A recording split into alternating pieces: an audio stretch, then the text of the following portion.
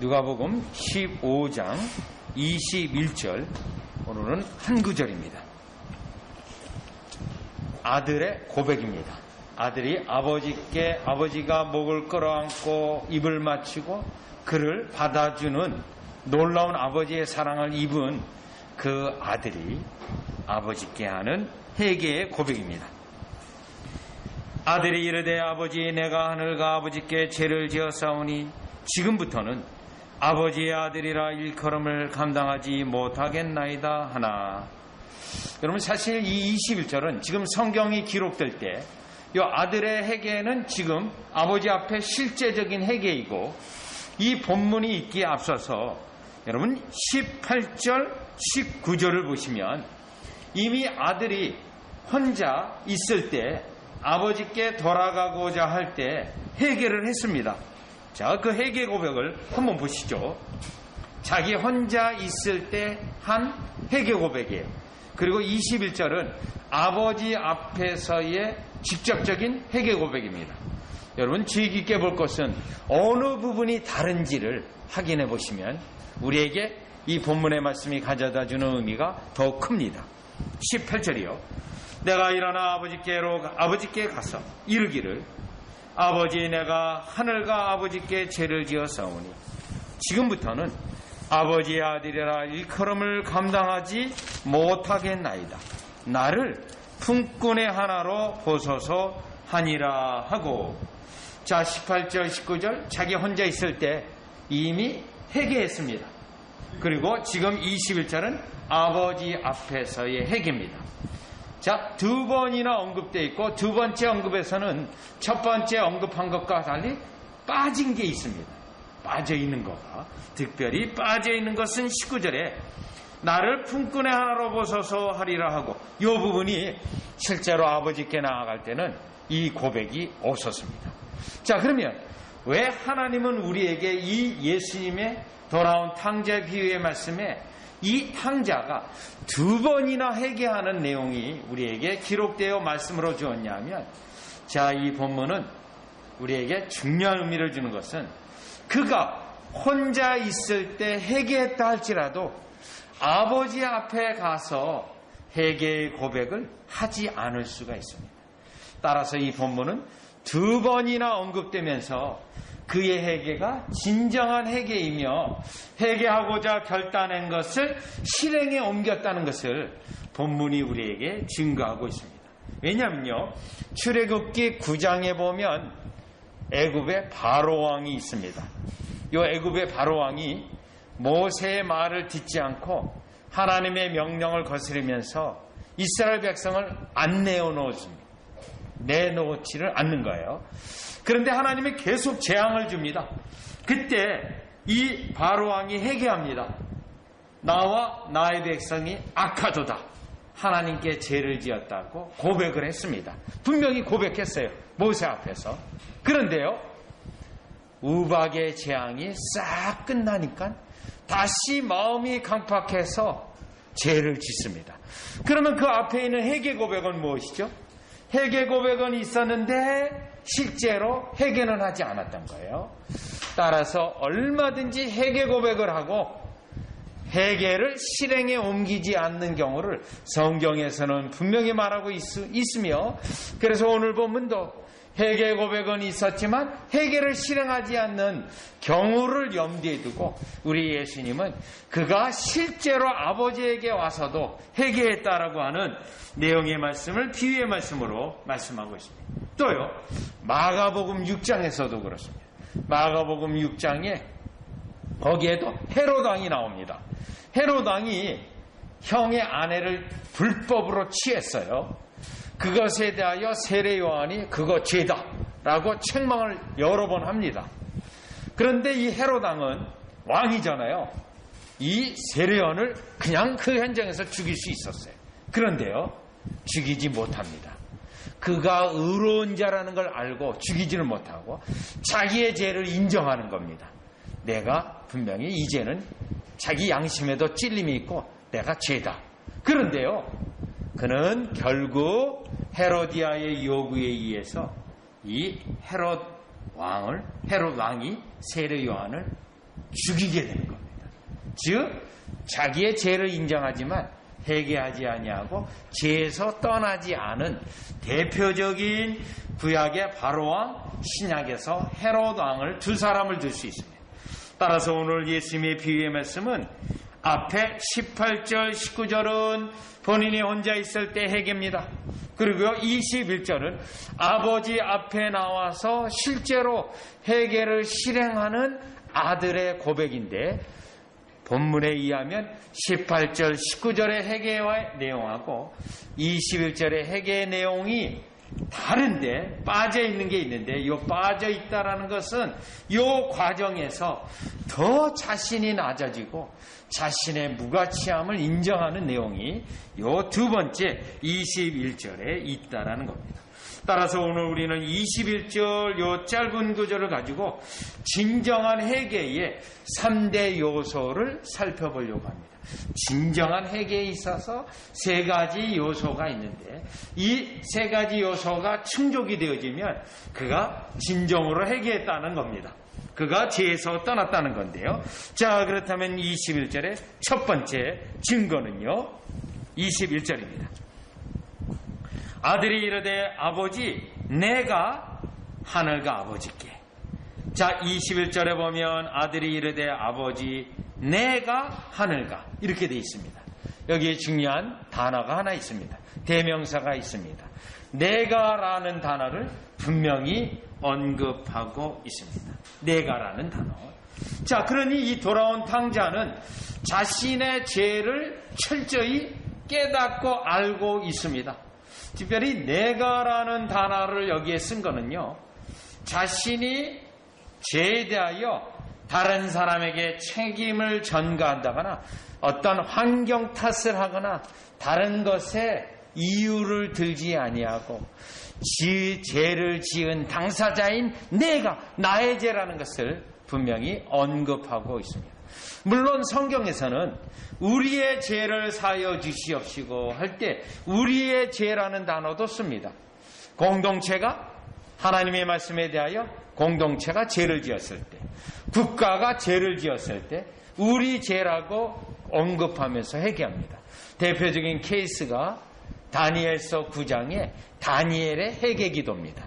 다니엘의 회개기도는 다니엘 자신이 죄를 뒤집어쓰고 금식하면서 울면서 기도하는데, 죄의 고백은 우리의 죄라고 고백을 하고 있습니다.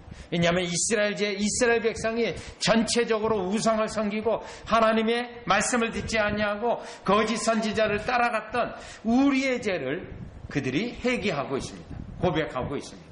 그런데 오늘 본문은요, 분명히 내가라고 언급함을 통해서 나의 죄, 아버지의 재산을 가지고 먼 나라에 가서 허랑방탕하게 창기에게 쏟아부은, 그리고 비참하게 된 자신의 어리석은 모습 하나하나를 다 깨닫고 인지하고 그것을 고백하고 있기 때문에 내가라는 단어를 쓰고 있습니다. 즉 내가 나쁜 친구를 만나서 나쁜 친구 때문에 죄를 지었습니다, 이렇게 고백한 게 아니에요. 왜 이게 중요하냐면 창세기 3장에 인간에게 처음 죄가 들어왔습니다. 아담이 죄를 지었습니다. 그래서 하나님이 아담에게 나타났습니다. 왜 죄를 지었느냐? 왜 숨었느냐? 너의 죄가 뭐냐? 할 때 여러분 아담은 어떻게 고백했습니까? 여러분 창세기 3장 12절을 가보죠. 창세기 3장 12절. 우리 예수님이 죄를 처음 들어온 원죄죠. 이 죄가 들어왔을 때 아담이 순전히 자기의 죄를, 나의 죄를 인정하나요? 인정하지 않습니다. 3장 12절에 보면 아담이 이르되 하나님이 주셔서 나와 함께 하신 여자 그가 그 나무 열매를 내게 주므로 내가 먹었나이다. 여러분 1차 자기 죄의 책임을 누구에게 전가하고 있죠? 하나님입니다. 하나님이 아내만 주지 않았어도 내가 죄를 짓지 않을 수 있었는데, 하나님이 주신 그게 1번이에요. 하나님 때문에 죄를 졌다. 여자를 주었기 때문에. 그리고 두 번째는요, 그 여자가 먹으라고 해서 내가 죄를 지었다. 그래서 자기의 책임은 없는 듯이 하나님 앞에 아담이 이렇게 대한 것입니다. 그런데요, 돌아온 탕자에서의 그 탕자는 내가라고 분명히 말합니다. 여러분, 창세기 4장에 가면 어떻습니까? 가인은요, 4장 9절. 창세기 4장 9절에 가면 내가 죄를 지었습니다. 내가 아우를 죽였습니다. 고백하지 않습니다. 시침이 딱 띕니다. 4장 9절. 왜요? 아담으로 인하여 죄가 들어와서, 원죄가 들어와서 우리 인간이 부패하게 되었기 때문에 나타난 거예요. 그래서 아담의 죄보다 더 죄가 악랄하게 되어지고 무거워지고 혹독하게 되어요. 죄가요. 아담의 이 죄가 자손에게 영향을 주는 거예요. 4장 9절 보시죠. 여호와께서 가인에게 이르시되 내 아우 아벨이 어디 있느냐? 그가 이르되 내가 알지 못하나이다. 사실은요, 살인죄요. 아우를 죽였어요. 어마어마한 죄입니다. 그러고 나서 알지 못한다. 그 다음에요, 내가 내 아우를 지키는 자이니까. 하나님은 전지하신 하나님입니다. 하나님 다 알고 있는데 내가 아우를 지키는 그런 존재입니까? 뭐죠? 자기 존재를 뭘로 봅니까? 죄를 시침이 떼고 그 다음에요, 자기를 높이는 거예요. 나는 내가 아우를 지키는 그런 정도의 존재밖에 안 됩니까? 라고 하나님 앞에 항변을 한 겁니다. 여러분, 이것이 원죄의 효과인데 우리가 죄를 지었을 경우 죄를 다른 사람에게 전가하고 책임을 돌리고 나는 마치 어쩔 수 없이 잘못이 없이 죄 현장 속에 있어서 죄를 지었다라고 모든 인생이 그렇게 언급하고 있는데, 진정으로 회개하는 자는 여러분 누가복음 15장 21절에 있는 것처럼 내가 나의 죄를 분명히 내가 지은 죄를 고백하고 있다라는 것입니다. 여러분, 사실 우리 한국 사람들은 우리의 죄를라는 우리라는 단어를 우리가 고백하기도 하지만 우리 각각의 한국인 문화 속에 아이라고 하는 나라고 하는 주제를 잘 사용하지 않습니다. 왜냐하면 많은 사람들 속에서 우리가 숨어 있고, 여러분 일본에서 10번까지 나쁘다 좋다 할 때 우리 한국 사람들은 대부분 5번에서 6번에 머문다고 합니다. 좋아도 6번, 싫어도 그냥 4번, 5번 그 정도 된다는 거예요. 우리 한국 사람이. 다른 서양 사람들은 좋으면 10번도 하고 나쁘면 0, 1번도 하는데 안 한다는 거예요. 이제 사회 심리학자들이 우리 한국 사람을 볼 때 하는 거예요. 그러면서 제가 직접 경험한 겁니다. 학교 강의 시간에요, 교수가 한국인의 이런 문화를 언급하면서 한국 사람들은 우리 집 사람이라는 단어를 쓰죠. 예, 우리 집 사람. 그러면 우리 아내가 되는 거예요. 우리 아내. 그러면 영어로 표현한다면 our wife가 되는 거예요. 그래서 말하기를 아내 한 사람을 여러 사람이 공유합니까? 그냥 우리라는 단어 때문에요. 자, 왜냐하면 우리라는 테두리 안에서 우리를 숨기는 문화적인 속에서 나오는 거예요. 그런데 성경에서는요, 하나님 앞에 우리 개개인이 낱낱이 드러나고 낱낱이 하나님 앞에 다 나타나기 때문에 여기에 본문에 있는 것처럼 나의 죄를 구체적으로 고백하는 겁니다. 여러분, 이 나의 죄를 구체적으로 고백하는 성경에 제가 아까 다니엘서 9장이 회개의 장이기도 하고, 여러분 회개의 시편이 하나 있죠. 다 같이 시편 51편 다윗의 시편으로 가보겠습니다. 회개의 시편으로 가보면 다윗이 어떻게 자신의 죄를 고백하는지 51장 1절을 보시면 1절이에요. 자, 그러니 우리 자녀들도 마찬가지입니다. 내가 아빠 때문에, 엄마 때문에, 형 때문에, 동생 때문에 아닙니다. 하나님 앞에서 나의 죄입니다. 1절 보니까 하나님이여 주의 인자를 따라 내게 은혜를 베푸시며 주의 많은 긍휼을 따라 보시죠. 내 죄악은 나의 죄악입니다. 네, 공동체로 말하지 않습니다. 자신의 죄악. 왜요? 자신의 범죄가 우리 아내 밧세바를 범한 그 죄, 바로 그겁니다. 2절이요. 나의 죄악을, 또요. 말갛게 씻으시며 나의 죄를. 3절은요. 물론 나는 내 죄가를 아오니 내 죄가 항상 내 앞에 있나이다. 따라서 오늘 누가복음 15장 21절에 돌아온 탕자가 얘기할 때 내가 나의 죄를 철저히 인정하면서 그 죄에 대하여 핑계대지 않고 변명하지 아니하고 하나님 앞에, 그리고 심지어 자신의 육신의 아버지 앞에 다 고백하는 이 회개가 진정한 회개의 첫 번째 요소로 확인해 볼 수 있습니다. 우리의 죄는 나의 죄입니다. 하나님 앞에 개인적으로 고백을 해야 되고, 또 드러낸 그 죄에 대하여 인정하며 핑계댈 수 없다라는 것을 먼저 이 돌아온 탕자가 내가라는 고백 속에서 우리는 깨달아 볼 수 있습니다.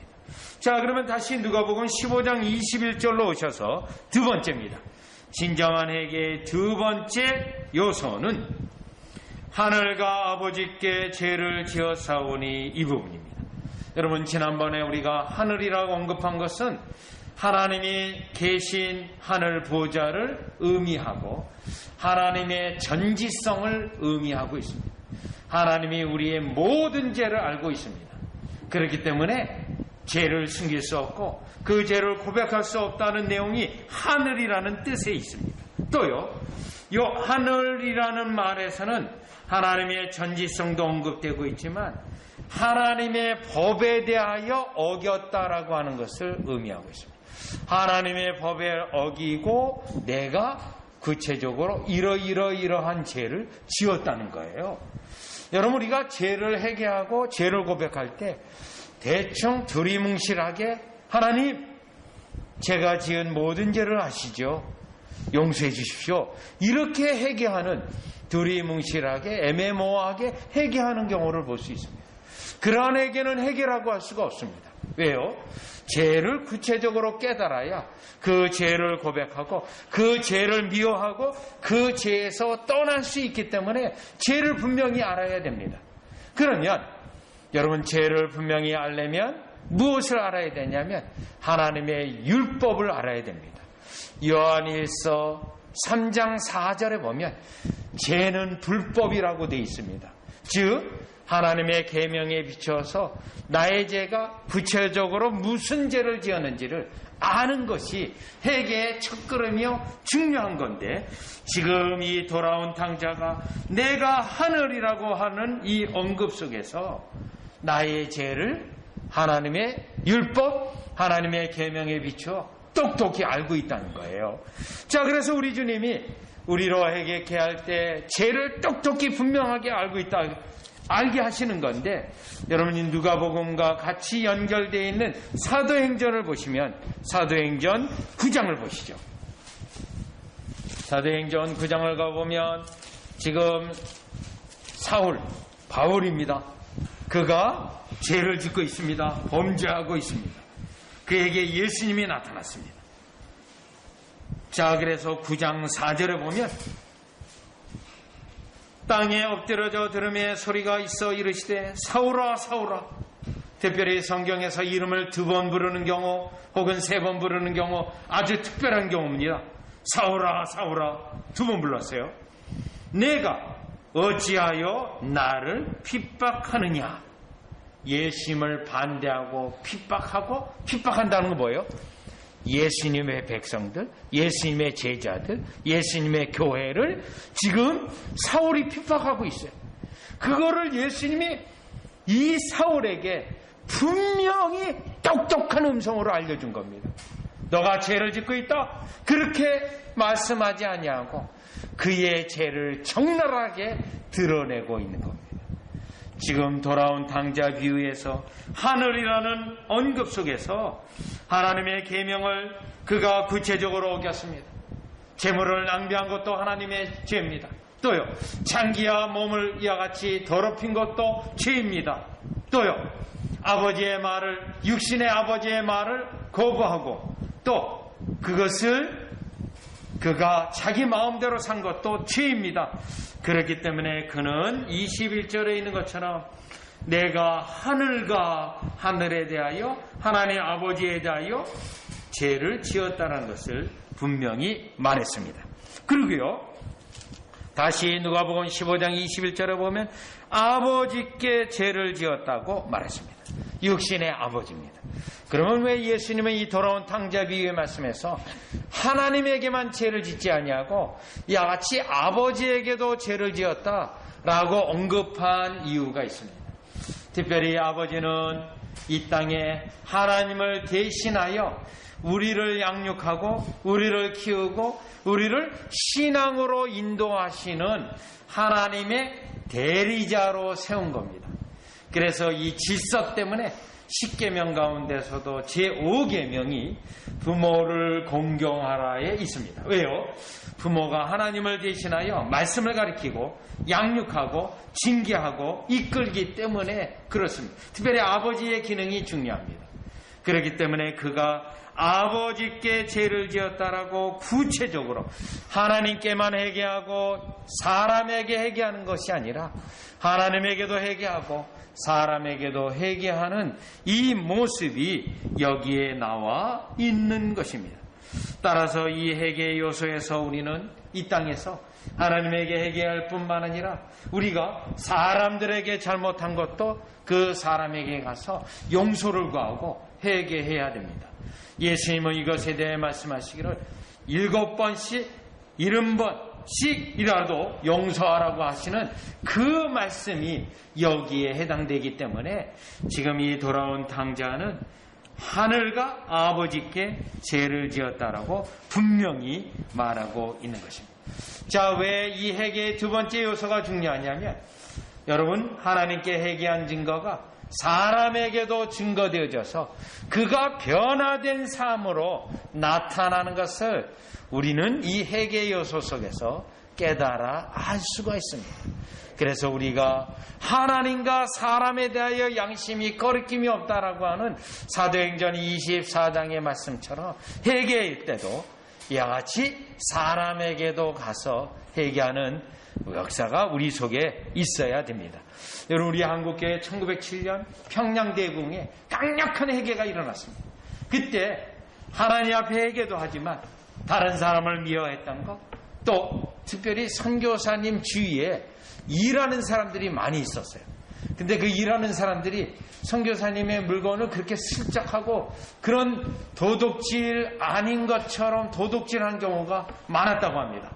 그래서 선교사님에게 찾아가서 이와 같이 그 고백을 철저히 했다라고 하는 기록을 보게 되는데, 오늘 본문에 있는 것처럼 우리의 회개 속에서는 하늘과 아버지께, 즉 사람에게도 잘못한 것을 구체적으로 고백하고 용서를 구하는 두 번째 회개의 요소를 볼 수가 있습니다. 자, 그러면 이제 다시 누가복음 15장 21절에 회개의 세 번째 요소입니다. 회개의 세 번째 요소인데, 지금부터는 아버지의 아들이라 일컬음을 감당하지 못하겠나이다 하나. 자, 이 고백은 여러분 그 앞에 있는 19절에도 있는 거예요. 아버지의 아들이라 일컬음을 받을 수 없다. 그런데 19절하고 다른 요소가 하나 있는 것은 나를 품꾼의 하나로 보소서 하리라 하고, 요게 빠져 있어요. 여러분, 나를 품꾼의 하나로 보소서, 이거는 그래도 자신의 아버지이기 때문에 요청하는 거예요. 아버지 이렇게 해주세요 라는 거예요. 그런데 실제로 아버지에게 가서는 이 말을 못했어요. 뭐죠?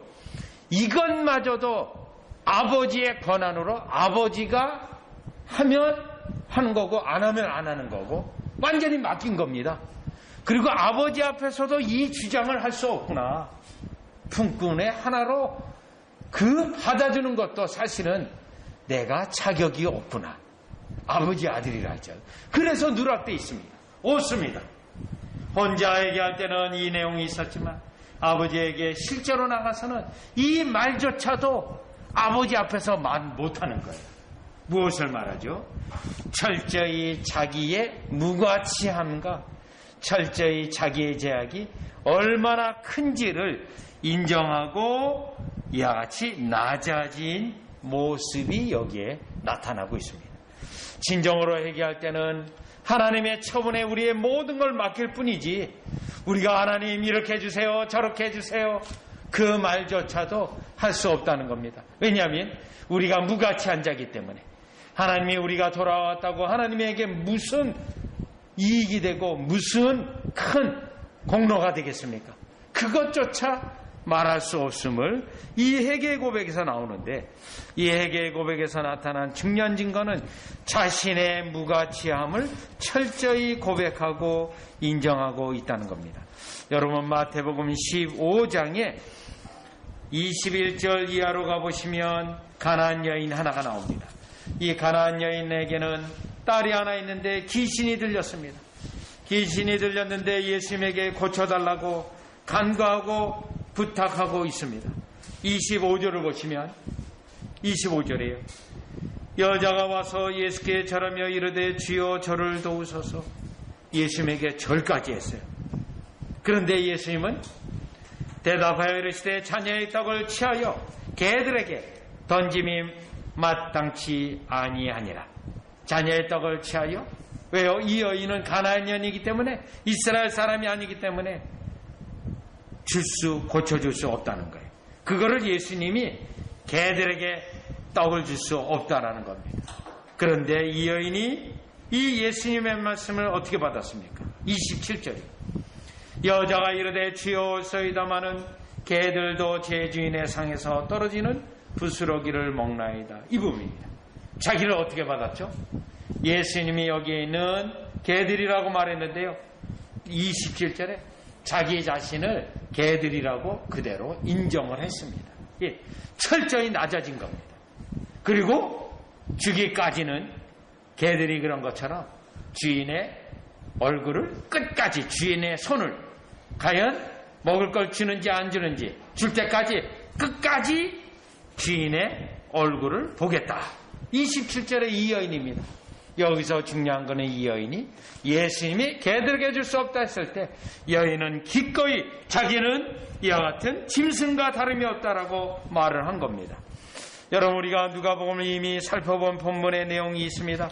누가복음 7장 38절로 보시면 이 본문도 회개하는 여인입니다.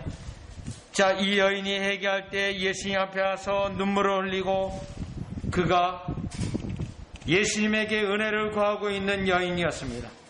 누가복음 7장 38절로 보시면 이 여인이 눈물로 흘렸습니다. 그리고요, 예수의 뒤로 그 발 곁에 서서 울며 눈물로 그 발을 적시고 자기의 머리털로 닦고 그 발에 입 맞추고 향유를 부으니. 여러분, 중요한 거는요, 눈물로 발을 씻었습니다. 예수님의 발입니다. 자기 머리털로 닦았습니다. 여러분, 고대 근동 유다 지방에서의 이 슬리퍼를 신고 사막의 흙먼지길로 가기 때문에 여러분, 냄새가 많이 나는 발입니다. 누구나 할 것 없이요. 그래서 문화 자체가 들어가게 되면 그 사람을 영접하는 의미로 발을 씻겨줍니다. 그런데 이 여인은요, 눈물로 발을 씻었고 머리털로, 수건이죠, 예수님의 발을 닦았습니다. 그리고요, 그걸로 끝나지 않았어요. 하나 더 있어요. 그 발에 입 맞추고 그 발에 입을 맞췄다는 겁니다. 냄새, 아무리 씻어도 냄새 납니다. 그럼에도 불구하고 기꺼이 그것에 입을 맞췄습니다. 뭐죠? 자신의 무가치함을 나타내는 표현입니다. 우리 주님 앞에 자기를 철저히 낮추어서 아무것도 아닌 존재라는 것을 예수님 앞에 이 여인은 이와 같이 표시로 했습니다. 그리고 이 아들은 21절, 누가복음 15장 21절에 있는 것처럼 더 이상 자신을 품꾼의 하나로 받아달라고 하는 그 요청까지도 포기했다라는 겁니다. 여러분, 이 포기하고 이 요청도 거둬들였다는 것은 무엇을 말하냐면, 지난주에 살펴본 본문인 누가복음 15장 20절을 보세요. 누가복음 15장 20절에 보면 그 아버지가 그를 보고 치근히 여겨 달려가 목을 안고, 이 목을 안고죠. 목을 안고라는 것은 그가 고집스러운 마음을 완전히 꺾었다는 것을 우리가 살펴보지 않았습니까? 자기 주장하는 거, 자기 원하는 거, 그런 것들이 완전히 꺾여서 목이 부드럽게 됐다라는 것입니다. 그렇기 때문에 이 돌아온 탕자는 그것조차도 아버지 앞에 주장하지 아니하고 그 요청도 이미 마음속에는 있었지만 아버지 앞에서는 포기했다는 겁니다. 자기를 주장한다거나 자기를 이를 위하여 요구하는 것도 다 내려놓았다는 겁니다.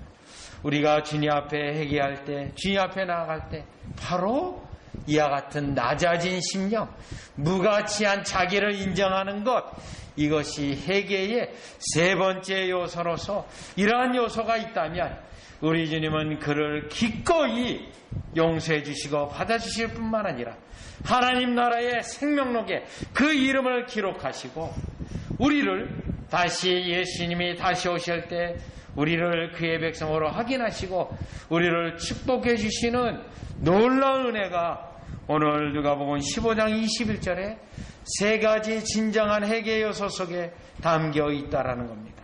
우리가 하나님 앞에 갈 때 나 자신을 다 드러내고 죄를 인정하고 회개하는 고백이 있을 뿐만 아니라 하나님과 심지어는 사람에게 해를 끼치고 상해를 입히고 아프게 하고 그 죄도 고백을 하고 용서를 구하고 또 하나님 앞에 우리가 철저히 낮아져서 하나님의 처분을 기다리는 듯한 낮아진 모습으로 우리 주님이 우리의 회개를 인정하시고 축복하시는 저와 여러분이 되어지시기를 주 예수 그리스도의 이름으로 축원합니다.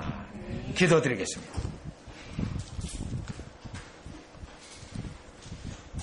하나님 아버지, 성경에서는 진짜 회개가 있고 가짜 회개가 있음을 분명히 우리에게 말씀하고 있습니다. 오늘 우리가 예수님의 탕자의 비유의 말씀 속에서 진짜 회개가 가지고 있는 세 가지 특징을 보았습니다. 구약에서는 예레미야 선지자가 자기의 죄, 나의 죄를 슬퍼하고 나의 볼기를 쳤다고 하면서 그 죄 때문에 부끄러워하고 슬퍼하고 하나님 앞에 용서를 구하고 낮아진 모습이 예수님의 비유, 탕자의 비유의 말씀에서 내가라는 말씀, 하늘과 아버지께 죄를 지었다라고 하는 말씀, 또 나를 이와 같이 아무것도 아닌 존재로 받아달라고 하는 애원과 애청 속에 깨닫게 되어집니다. 오늘도 우리가 하나님 앞에 무가치함을 인정하고 은혜만을 구하는 날마다 회개하고 진정으로 회개하는 주의 백성으로 축복하여 주시옵소서. 예수님의 이름으로 기도리옵나이다. 아멘.